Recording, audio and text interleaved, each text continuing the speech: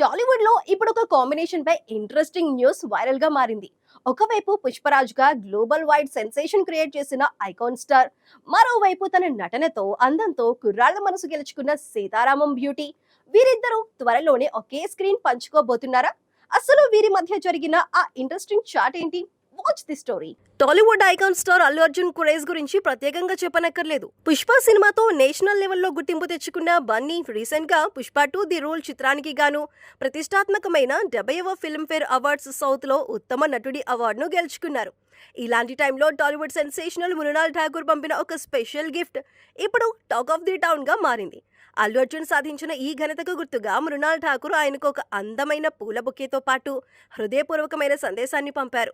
ప్రతి పెర్ఫార్మెన్స్ లో మీరు చూపించే అంకిత భావం, తీవ్రత మరియు అద్భుతమైన టాలెంట్ నిజంగా ఇన్స్పైరింగ్ గా ఉంటుంది. ఈ అవార్డుకు మీరు అన్ని విధాల అర్హులు అంటూ మృణాల్ తన నోట్లో పేర్కొన్నారు. ఒక స్టార్ నటిగా మరో స్టార్ నటుడి ప్రతిభను గౌరవించడం అభిమానులను ఆకట్టుకుంది.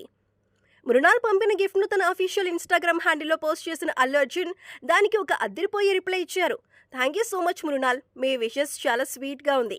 భవిష్యత్తులో ఎప్పటికైనా మీతో కలిసి నటించాలని ఆశిస్తున్నాను అంటూ బన్నీ తన మనసులో మాటను బయటపెట్టారు.